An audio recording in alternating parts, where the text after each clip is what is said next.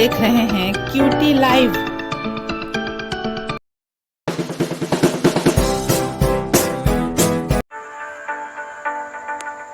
आप में से कितने लोग हैं जो बहुत एक्साइटेड हैं आज के सेशन को लेकर के?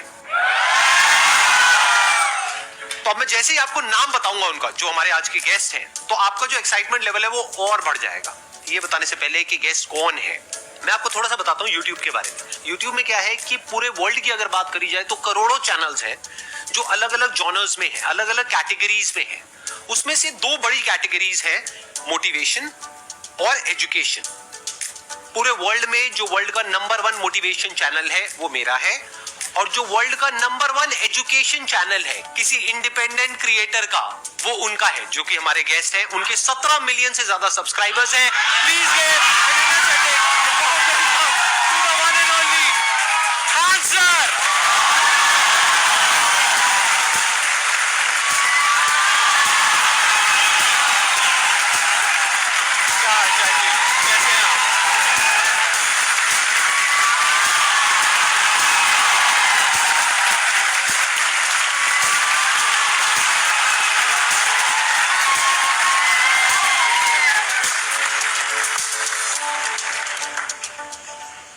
इससे पहले कि ऑडियंस आपसे कुछ पूछे या इंटरेक्ट करे, मेरे माइंड में एक क्वेश्चन है आपके लिए जी। जो बच्चे हैं वो आपके इतने दीवाने क्यों हैं, इतने पागल क्यों हैं आपके पीछे? मतलब मेरे कमेंट सेक्शन में भरा पड़ा था, खान सर कब आएंगे, खान सर कब आएंगे। मतलब ऐसा क्या जादू कर दिया आपने बच्चों के ऊपर? ये सवाल हम आपसे भी पूछते हैं, हमारे पे भी इतना कमेंट आया, इतना मेरे तो ऑफिस में लोग चले आए कि सर कब जा रहे हैं। अच्छा। क्योंकि हम लोग का तो एग्जैक्ट है वही पढ़ाना है। हाँ। तो देखिए, हम लोग का मेन है कि बच्चों को जो जरूरत रहती है, कि अगर लड़का पढ़ने आया है ना, उसके मन में कोई डाउट ना रह जाए। हम उसको कहते हैं कि हम तुम्हें पढ़ा रहे हैं, दम है तो भूल के दिखाओ, याद करके नहीं।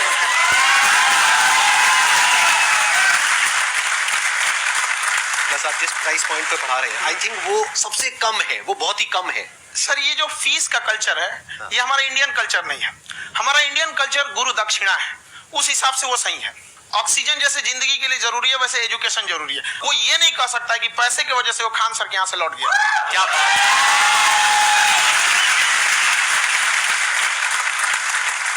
मैंने देखा कि आपका ये जो चैनल है कि ये पिछले 3 साल के अंदर अंदर ही ग्रो किया है। हमको जब चैनल शुरू हुआ तो एक दिन में हम 4-5 वीडियो बनाए। एक हमको कुछ आता, आज भी नहीं आता इतना, तो हम देख के कैमरा उमरा तो हम कंफ्यूज हो गए, बाप रे।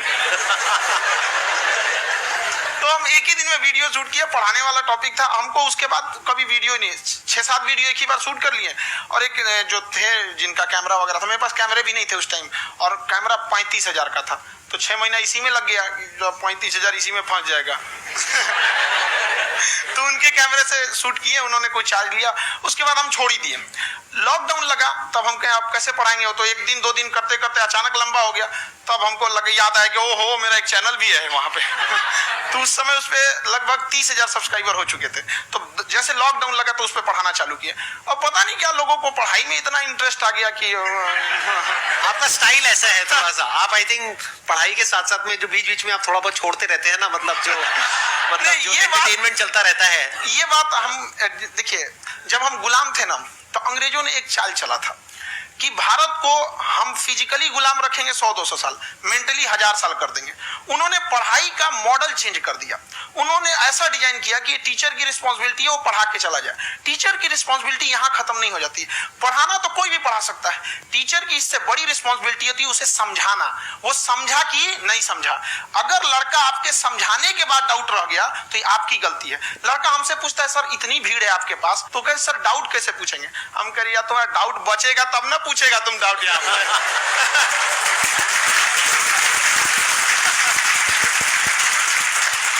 कॉन्फिडेंस नेक्स्ट लेवल है आंसर का, मानना पड़ेगा। और शायद यही वजह है इनकी जो ग्रोथ है उसका। किसी ने शायद सपने में भी नहीं सोचा होगा कि पिछले 2 साल के अंदर अंदर जो आपके चैनल की ग्रोथ हुई है, जैसे आप खुद ही बता रहे हैं कि लॉकडाउन के टाइम पे आपके 30,000 के करीब सब्सक्राइबर्स थे, आज की डेट में 17 मिलियन है। और मेरा एक क्वेश्चन और है, इससे पहले कि ऑडियंस में से आपसे कोई क्वेश्चन पूछे, कि कई बार आप ऐसे भी टॉपिक्स टच करते हैं जो थोड़े से कंट्रोवर्शियल है या थोड़े से सेंसिटिव है, जिसके ऊपर बात करने की हिम्मत आई थिंक बहुत ही कम लोगों में है। तो आपको कभी ये नहीं लगता है कि कहीं ज्यादा तो नहीं हो रहा है, इसको थोड़ा रोक देते हैं, थोड़ा कम कर देते हैं, क्योंकि कोई लाइन ही नहीं है वैसे तो बोलने को, तो आप कुछ भी बोल दो, कितना भी बोल दो। हुई है कंट्रोवर्सी बहुत बार। एक्चुअली बचपन से हमको फौज में जाना था, और फौज वालों के लिए ये सब मायने नहीं रखता, उसको करना है मतलब करना है, तुम सामने कुछ भी रहो, डजंट मैटर।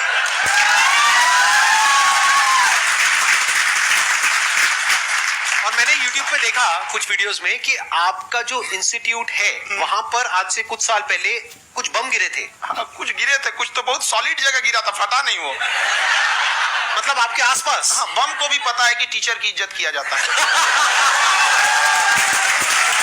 क्या बात है, क्या बात है। मैं समझ पा रहा हूँ कि ये आपके अंदर जो एटीट्यूड है ये कहाँ से आ रहा है, क्योंकि आप बचपन से ही फौज में जाना चाहते थे, तो आप जंग के मैदान में ही खड़े हैं एक तरीके से। बस फर्क ये है कि आपके हाथ में कलम है, हथियार ना हो करके। हथियार से एक आदमी की जान जा सकती है, हाँ। कलम से बहुत ताकत होता है। शिक्षा एक ऐसा हथियार है ना, हर कुरीतियों से लड़ सकता है, हर तरह की समस्याओं से, और ये एक ऐसा हथियार है मेटल डिटेक्टर में भी नहीं पकड़ाता है।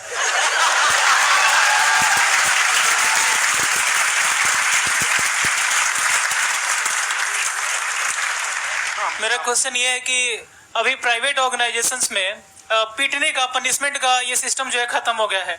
हम आपके वीडियो में देखे हैं सर कि आप एक बड़ा सा रोल रखे रहते हैं। पुलिस वाला लाठी है वो, अब पुलिस वाला लाठी है, और स्टेज पे बुला के बच्चों को उसी से धुनाई शुरू कर देते हैं मस्त एकदम से, है ना।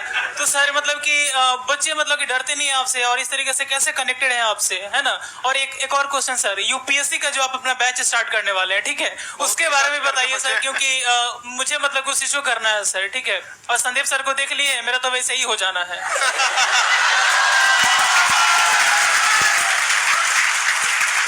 क्या हो जाना है? मेरा पूरा कंप्लीट करो। I'll be an IAS officer next year because I have seen you, sir. My day is like complete, sir. All the best. Thank you so much, sir. Thank you. पूरा बोला करो। Thank you. देखिए, लड़कों को जहां तक पीटने की बात है, जब पढ़ाने की बात आएगी तो उसको हम पूरे बेहतरीन ढंग से पढ़ाएंगे, लेकिन जब सजा देने की बात आएगी ना, तो वो भी बेहतरीन ढंग से होगा। ऐसा थोड़ी होगा कि बस एक ही चीज बेहतरीन ढंग से होगा। और डर का होना बहुत जरूरी है। ये डर भी अपने आप में एक मोटिवेशन है, क्योंकि जब आपके अंदर एक थोड़ा सा डर रहे ना, तो डर के भागिए मत। एक ऐसा डर जिसको आप लगे कि नहीं नहीं थोड़ा सा और करने की जरूरत है, फिर तो ये हम इसको क्रॉस कर जाएंगे यहाँ पर। तो लड़कों के अंदर ये डर बनाना भी जरूरी रहता है। और रही बात यूपीएससी वाले की, जो आपने बोला, बहुत सारे लड़के वेट कर रहे हैं यूपीएससी की, क्योंकि 2-2.5 लाख फीस सारे लोग एफोर्ड नहीं कर सकते। और हमारा वही रहता है, हम तो ज्यादातर हमारे स्टूडेंट देखेंगे तो किसी के रिक्शा वाला, सब्जी वाला, यही लोग, इनको तो 2.5 लाख रुपए, इनके पास पूरी संपत्ति नहीं होती है, फीस कहाँ से भरेंगे वहां पे, उसके रहेंगे कहाँ से। तो ऑल ओवर इंडिया से, कश्मीर से कन्याकुमारी तक, गरीब से गरीब भी लड़का उसको पढ़ सकता है। यही कुछ 1000 रुपये मंथली, 12-14 हजार साल का पड़ेगा, खत्म हो जाएगा इतना में।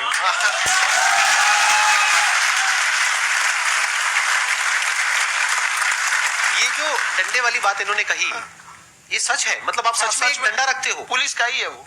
और मारते हो? हाँ, कि मतलब अगर कोई लड़की छेड़ता है या ऐसा कोई भी उल्टा नहीं, पुल्टा काम पढ़ाई करता लिखाई है, कुछ भी गलती करेंगे तो पिटाएंगे वो यहाँ पे, कैमरे पे, ऑन कैमरा, जैसा भी रहे, कुछ भी पिटाना तो उनको फिक्स है।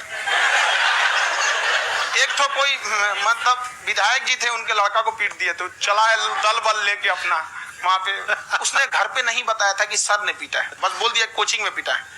बाद में पता चला हम पीटे हैं, तो उसके पिताजी मेरे सामने और पीटे।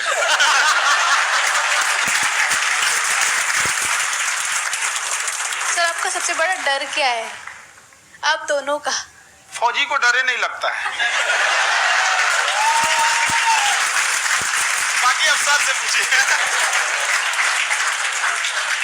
आज के सेशन से पहले कोई डर नहीं था, लेकिन अब मुझे इनकी डंडे वाली कहानियां सुन करके डर लग रहा है कि कहीं मैंने गलती से कुछ बोल दिया, ऐसा और नहीं, इन्होंने कहीं पीछे कुछ रखा हुआ है, और यही आ करके अगर इन्होंने मेरी पिटाई कर दी तो बहुत बुरा हो जाएगा। तो इसलिए हमको थोड़ा डर लग रहा है।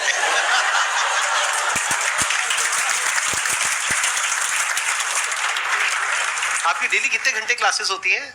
6-7 घंटे। अभी भी खुद ही करते हो आप? हाँ, हमारे स्टाफ परेशान रहते हैं। हम 1:30-2 बजे सोते हैं, सुबह 6 बजे उठ जाते हैं, परेशान रहते हैं। यार इतना क्यों करते हो, है ना? कभी तो उनको भी साथ साथ लगना पड़ता है ना? उनको साथ साथ लगना पड़ता है। हम जग गए तो कोई सोया थोड़ी रहेगा, परेशान दिन में सोते ही नहीं है, बेचारा कहीं कहीं जाके सोते रहता है। हम सिर्फ बांध दिए कि भाई तुम इस समय सो जाना, तुम इधर सो जाना। आपकी शादी हो गई या नहीं हुई अभी? मेरी खुशहाली देख के आप आइडिया लगा सकते हैं।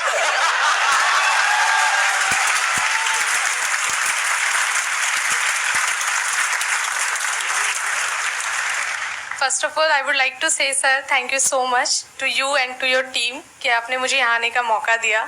एंड सर अब तक मैंने आपको सिर्फ फ़ोन या लैपटॉप में ही देखा है दोनों को, आज फर्स्ट टाइम लाइव देख रही हूँ तो बहुत अच्छा लग रहा है। तो मेरा क्वेश्चन ये है सर आपसे, जब हम लाइफ में कोई डिसीज़न लेते हैं कि हमें ये पर्टिकुलर चीज़ करनी है, और क्योंकि हम डिसीज़न लेते हैं तो हमारी आदत है कि पहले हम 4 लोगों से पूछते हैं कि तू बता तेरी क्या राय है, तू बता तेरी क्या राय है। तो उनमें से अगर कोई हमें कह देता है कि ये बेकार डिसीज़न है मत कर, तो हमारा माइंड कहीं ना कहीं डाइवर्ट होने लगता है और उसकी वजह से हम अपना डिसीज़न चेंज कर देते हैं। तो मेरा क्वेश्चन ये है कि कैसे हम अपने डिसीज़न पे स्टिक रहे, कैसे हम जो दूसरे के ओपिनियन है उनको अफेक्ट ना होने दें अपने ऊपर। दूसरे से सलाह लेने से पहले एक बार खुद उस पर रिसर्च कर लेना चाहिए, ताकि आप सामने वाला क्या सलाह दे रहा है आपको समझ में आना चाहिए। यहाँ पर ऐसा नहीं है कि कई बार ऐसे होते हैं कि दूसरे वाले को एक्सपीरियंस होता है, तो अगर आपको पहले से आइडिया है, उसके बारे में आप बेहतरीन ढंग से रिसर्च किए हैं कि क्या इसमें प्लस पॉइंट है क्या निगेटिव है, उसके बाद आप किसी से सलाह लेने जाइए। ये नहीं कि मन में सीधा बताओ गड़बड़ा जाएगा। तो वहां पर पहले आपको R&D करना पड़ता है, समझा कि नहीं। और जिंदगी हो या गाड़ी, जीतेगा वही जो टाइम पे गियर चेंज कर रहा है। तो डिसीजन चेंज करना बहुत ज्यादा गलत है। इन्होंने बहुत अच्छी बात कही है और मैं इसी बात पे थोड़ा सा और ऐड ऑन करूंगा कि ये जो आपने कहा ना कि अपने डिसीजन पे स्टिक कैसे रहें, ये कोई अच्छी क्वालिटी नहीं है, क्योंकि टाइम टू टाइम आपको अपने डिसीजंस को चेंज करना होता है। जैसे आपने 4 लोगों से डिस्कस किया, कोई इंसान कुछ पॉजिटिव बोल रहा है, कोई नेगेटिव बोल रहा है, उससे फर्क नहीं पड़ना चाहिए। डिपेंड ये करता है कि वो जो बोल रहा है उसका बेसिस क्या है, क्या वो किसी नॉलेज या एक्सपीरियंस के बेस पे बोल रहा है या ऐसे ही कुछ भी बोल रहा है। ऐसे ही बोल रहा है तो फिर उसकी बात पे ध्यान क्यों दे रहे हो। अगर किसी नॉलेज या एक्सपीरियंस के बेस पे बोल रहा है, फिर चाहे वो पॉजिटिव बोल रहा है चाहे नेगेटिव बोल रहा है, दोनों ही मायने रखता है। उसके बाद में रिसर्च करनी है और फिर रिसर्च करने के बाद में फाइनल डिसीजन अपना खुद का होना चाहिए। अब वो डिसीजन उससे अलग भी हो सकता है जो आपने पहले लिया था, और वो सेम भी हो सकता है। सर मेरा क्वेश्चन दोनों से है आपसे, how to deal procrastination and laziness. हमारा ब्रेन है ना, ये बहुत आलसी टाइप का, इसको आराम खोजना पसंद है। अब थोड़ा सा भी अब इसको आराम की ओर लेके चलेगा ना तो फिर उधर ही रहेगा। अब सोचेंगे 10 मिनट आराम कर लेते हैं ना, तो 10 मिनट 2 घंटा बना देगा। उसको टॉर्चर कीजिए, चल 10 मिनट बाद में। उसको आप उस पर हावी में, वो कह रहा है कि हमको आराम चाहिए, आपको हाँ आराम मिलेगा, पहले काम फिर मिलेगा आराम। तो आप उसके हिसाब से मत चल। आपका मन कर रहा है थोड़ा सा देख लेते हैं, कोई नोटिफिकेशन आया, आप कोई काम कर रहे हैं, क्यों पहले काम कर लीजिए, बाद में देखिएगा ना नोटिफिकेशन। आप हावी मत होने दीजिए यहाँ पे। अगर आप 5 मिनट भी थोड़ा सा लूज पड़े ना, थोड़ा सा कमर सीधा कर लेते हैं, 2 घंटा बर्बाद कर दिया आपको। हावी मत होने दीजिएगा उसको अपने ऊपर। प्रोक्रेस्टिनेशन को तोड़ने का एक ही तरीका है, सबसे छोटे लेवल पे ले जा करके उस गोल को तोड़ दो। यानी वो गोल बहुत बड़ा है, उसको ब्रेक डाउन करो, उसके सबसे पहले स्टेप पे आ जाओ कि उसको अचीव करने का सबसे पहला स्टेप क्या है। जैसे गाड़ी चलाना सीखना है, उसका सबसे पहला स्टेप क्या है। अगर घर में कोई नहीं है सिखाने वाला या सिखाने वाली, तो बाहर जा करके जो गाड़ी का ड्राइविंग स्कूल है उधर जा करके पैसे दे दो। अब फंस गए ना तो फंसा दो अपने आप को। दिमाग ये लगाओ कि अपने आप को कैसे फंसाया जाए। जब हम फंस जाते हैं ना तो फिर हमको वो काम करना ही पड़ता है। Then there is no looking back। जब तक आप सोच रहे हो तब तक सोच रहे हो, उसको बोलते हैं पैरालिसिस ऑफ एनालिसिस, कि आप सोचते चले जा रहे हो अपने माइंड में, मैं ये करूंगा वो करूंगा वो करूंगा वो करूंगा, और प्रोक्रेस्टिनेट हो रहा है, वो चीज टलती चली जा रही है। तो उसको छोटे से छोटे लेवल पे ब्रेक डाउन करके उसको कर दो, दैट इज नंबर 1। और जैसे ही करना शुरू करते हो, कोशिश करो कि उसको जब तक कि आप सही से नहीं कर लेते हो उसको छोड़ना नहीं है, तो आपकी लेजीनेस भी खत्म हो जाएगी। कई लोगों को तो हमने देखा जो सप्ताह में कुछ भी नहीं करता वो भी संडे को आराम कर रहा है।